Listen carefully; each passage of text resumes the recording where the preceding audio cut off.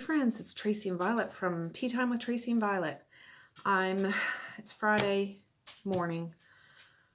I'm doing a bunch of videos today because I'm sorry I haven't got videos up like I had been doing. It's just been a crazy month and we're going into the Halloween weekend, so kids are at school. I might as well do this because I want some tea and I want some tea with you, and I got books to talk about because I've read some books. So anyways, I just did one video, the Coven one, but now we're going to talk about another book because I have a whole pot of tea here and I want to drink the whole pot of tea before I'm done. So let me show you this girl. Here she is. I think she might have been out with you guys before. I took out some that are kind of fallish. This kind of reminds me of the fall with the blue skies here in Nova Scotia, but still that gold color on the leaves that are on the ground and things like that. Yeah.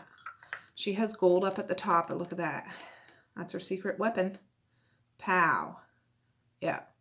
And her gold slipper down there at the bottom. And she has gold on both sides of her arms and on her elbow. You see that? Yeah. Yeah. And then this is her skirt or pedestal.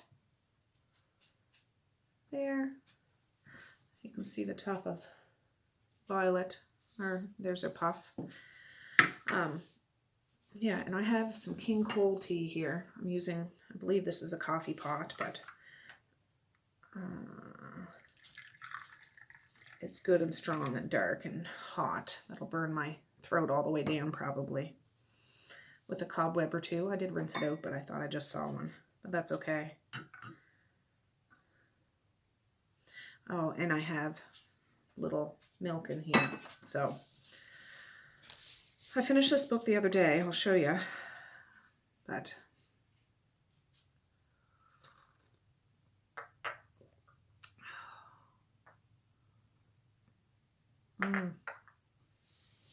perfect. I want to talk about Ghost Road Blues by Johnathan Maberry. I've never read anything by him before. This is a trilogy, and I do have the other two books, and I do plan on reading them, just not right now because I have other books to read, but at least I read the first one.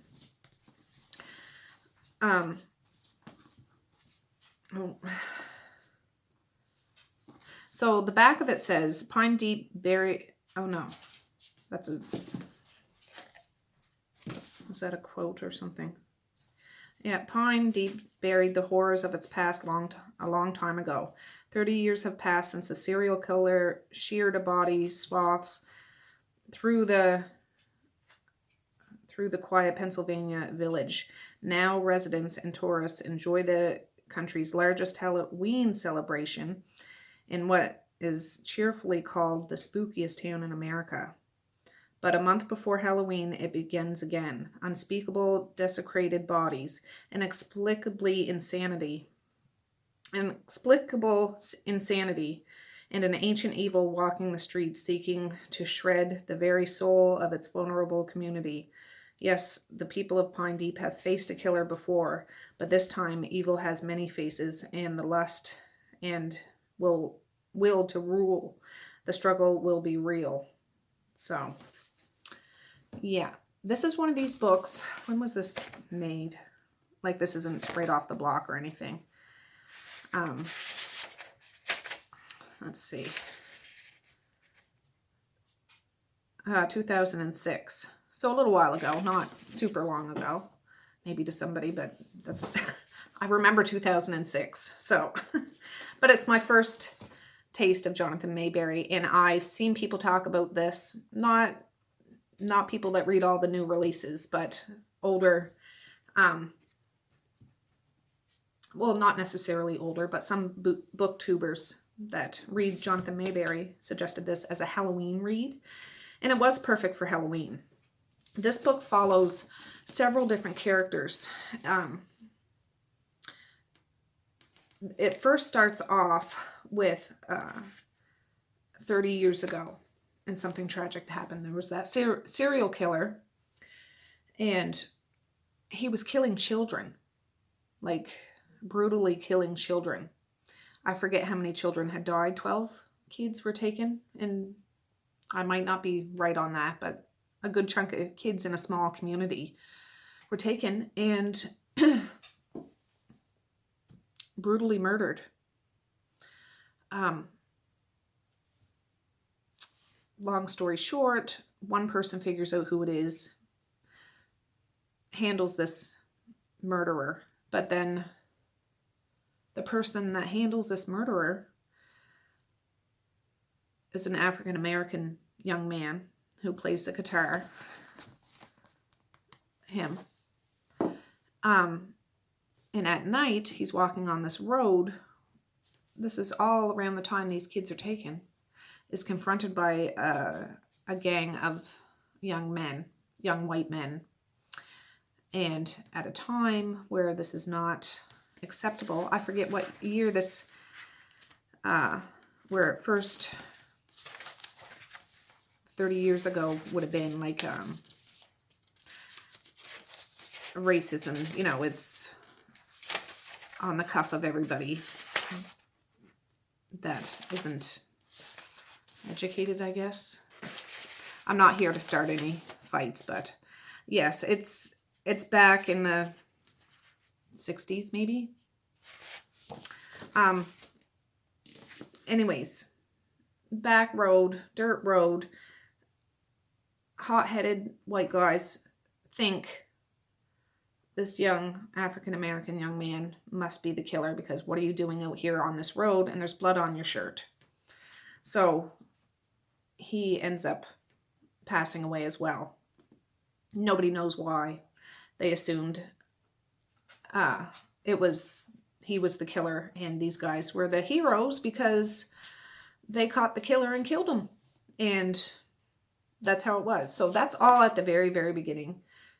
First few pages. It's not really a spoiler to the story. It just gives you leading up to 30 years later when things start happening again.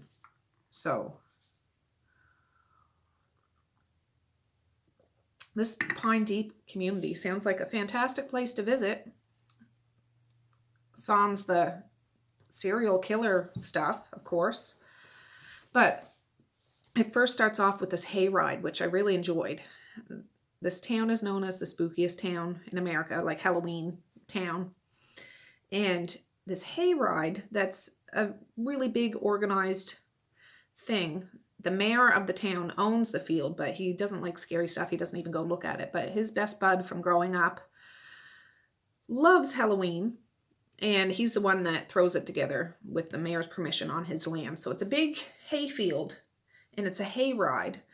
And people from all around this community, like all around Pennsylvania, come because Halloween is the time to be at this place. Now, one of these big wagons are pulled by a tractor or something like that. Whatever pulls a wagon. Well, not wagon, you know, something, trailer. And it goes out in this hayfield, and somebody from one of the kids off the back of the truck, it's mainly teenagers, is taken out in the field and killed. So you think.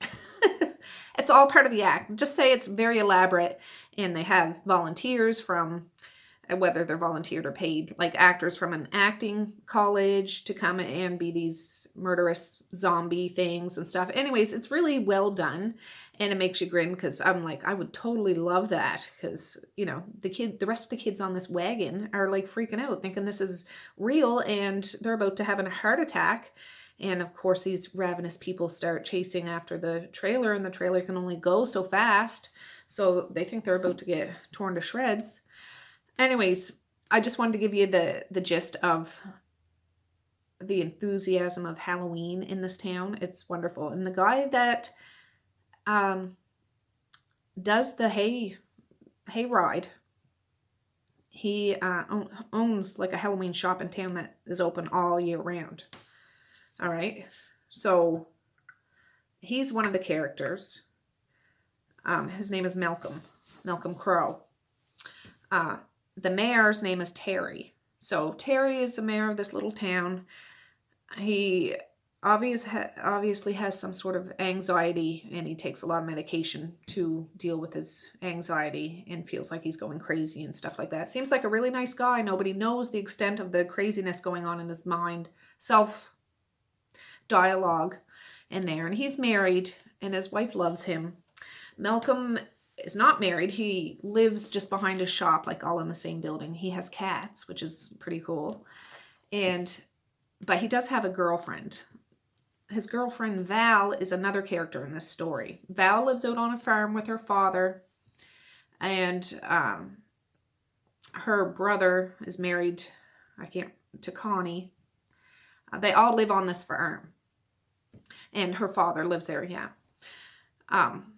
There's a cornfield, like a corn farm, I guess. I'm assuming that's what it is. But Malcolm's girlfriend is Val, and Val is very like athletic and fit and rough, rugged, and raw. But she's fairly young, like she's not a teenager. She's probably in her 30s or something like that. And they're older than like a new relationship, young adults or anything. So that goes around there. There's other characters in this too. Oh, another character group that's heartbreaking that you just want to, ooh, Nelly, let me tell you. There's one fella, his name is Vic. Vic is married to, I forget what her name is, but his wife has a son, and his son is only like 14 years, or her son is only like 14 years old. So he's the stepdad, Vic is. He's a real arsehole. He really is. He's abusive. He's big. He's monstrous. He's a mechanic, and everybody in town seems scared of him because they don't want to cross Vic because he's a raging lunatic kind of thing. He provides, but he's just a horrible, horrible person. Abusive to the poor young boy. I'm sorry, I can't even remember the names right now because I have my mind on all the books that I want to talk about. But the little boy, the 14-year-old, he's a well-established character in this series. Vic is, Malcolm, Terry, Val. But what happens is the first part of the book, little book, you just get to know the characters a bit. Who they are, where they're situated in the town, that sort of thing. But something happens out of the area, and there's a drug bust went wrong, like a drug exchange between, initially there was 4 characters. We're doing a drug exchange with some other characters, and there was a gunfight. So they're trying to race away. Eventually, the big wig police people, is it FBI or not, are chasing these people. They can't seem to find them, but they know that they're heading towards Pine Deep. Not that that's their destination, but they're heading that way. So they're trying to beat these criminals to catch them on the road. They've set up things. They don't seem to be able to catch them, and there's no more sign of them. So they don't know if they're in Pine Deep or if they've made it past Pine Deep or whatever. Now these criminals, one of them in particular, is suspected to be a mass murderer of some tragic event of killing a whole slew of senior citizens at a tourist attraction somewhere else. But these criminals end up in the vicinity of Pine Deep. They crash. There's not 4 anymore. I'm not going to divulge anything, but one in particular, he goes off to try to find help because there's nobody around. Not to so much find help for somebody, to go and get somebody else's vehicle and do whatever he has to do, because he doesn't care about killing or anything like that. He has no conscience at all. And it goes from there. So I'm not really telling you about the whole story because there's a trilogy and I've only read the first book, but how the past is brought up into the present. that first original serial killer that was killed by the young African-American man.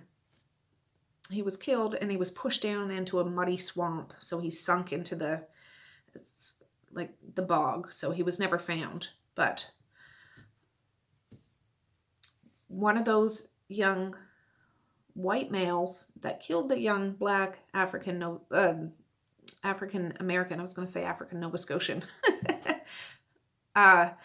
One of them was Vic, the stepfather of the young boy, who's very abusive and stuff. He ended up knowing, and he's been anticipating the return of the evil serial killer, even though he was killed. So there's a paranormal element in this. Vic didn't know when, if, or anything, but he would hear voices, assurances. He didn't know where it was coming from, or he thought he knew where it was coming from. So he has been anticipating some sort of a return of the evil, because Vic used to be the sidekick to this serial killer. He didn't actually do the killing, I don't think, but he wrangled in the kids or something like that. So that's just as bad. So he's waiting for his boss hog to come along and take over. Now, Vic isn't the only one. Another one that was there is another character I forgot to mention. His name's Eddie, tow truck Eddie. And he is an extremely religious person. He's quiet, he keeps to himself, but he has a rigorous routine. Every morning he gets up. He doesn't even use the bathroom. He gets down and prays and prays and prays and prays. It could take 2 or 3 hours until he hears the voice of what he thinks is God in his mind.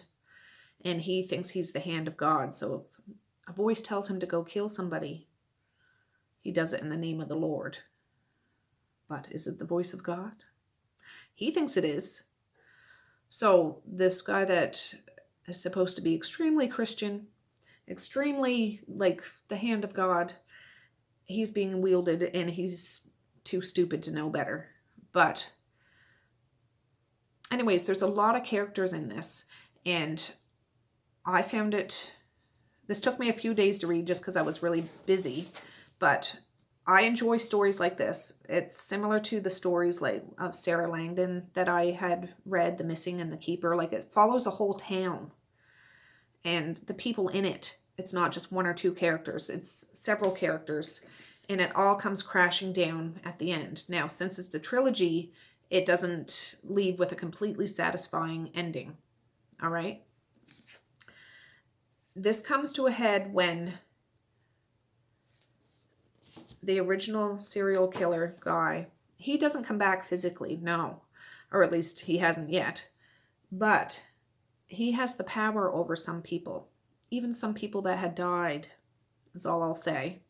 He has the physical control over these people.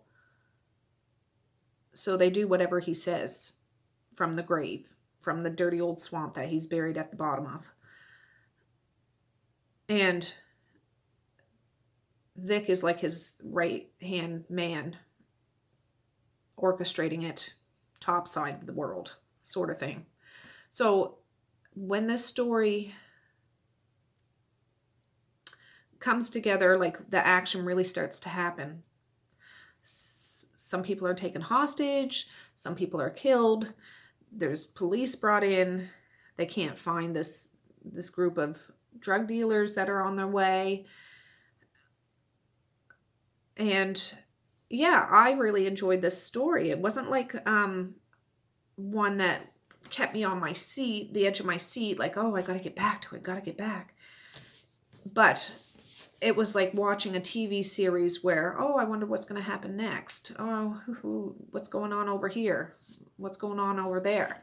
And that's what this was. So I didn't mind taking a few days. This would have been frustrating if it was the kind of story where, oh my goodness, I have stuff to do and I don't want to do it because I want to read this book. This was like a story I could read and go do stuff and come back. I mean, it took me probably 3 days to read this. It's fairly, I mean, it's not super long, but fairly long. It's long enough, almost 500. It's 478 pages, 3 or 4 days to read this. And I look forward to the other stories. I didn't feel the need to go and read the second book right away. Like, it left it kind of on a cliffhanger. The action that happened in this kind of came for full circle. There's kind of a satisfying ending, but it leaves the door open just a little bit for the story to continue, because not all the characters in here have an ending to the drama that was going on in this story. The Vic and the little boy and the mayor and the flashbacks that some people are having, and the ghosts that some people are talking to, whether they're ghosts or not, I say that, or is it their own mind playing tricks on you? So if you want a story that you can take part in as a fly on the wall, and you like stories that encompass a whole town,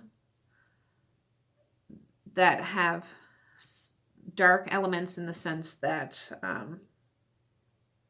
there is killing, there's profanity, there's mental issues for sure, and there's racism in this,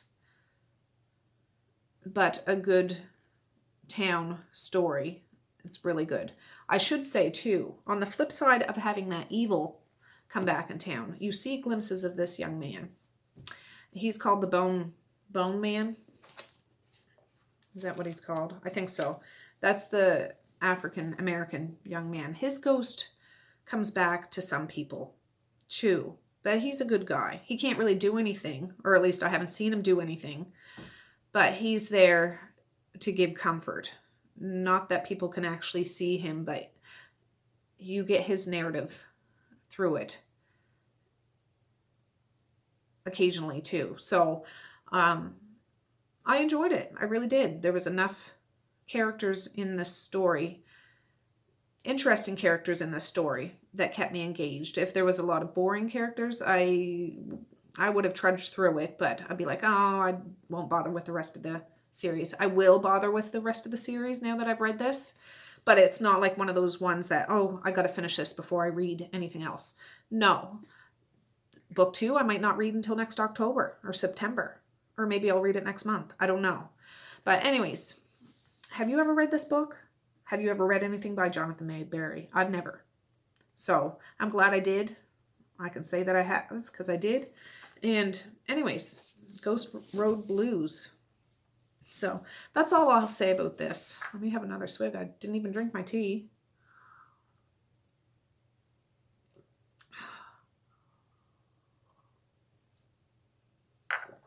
Yeah.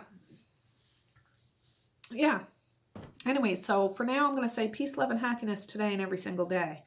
Please like, share, and subscribe if you so choose. But if not, that's okay too. I still love you. I still want all the happiness in the world for each and every one of you out there. I certainly do. I really, really honest and truly do. Yes, I do. So, all right, guys, with that, I'm going to say have a good night or have a good morning. And I might see you tomorrow. Bye. Bloop.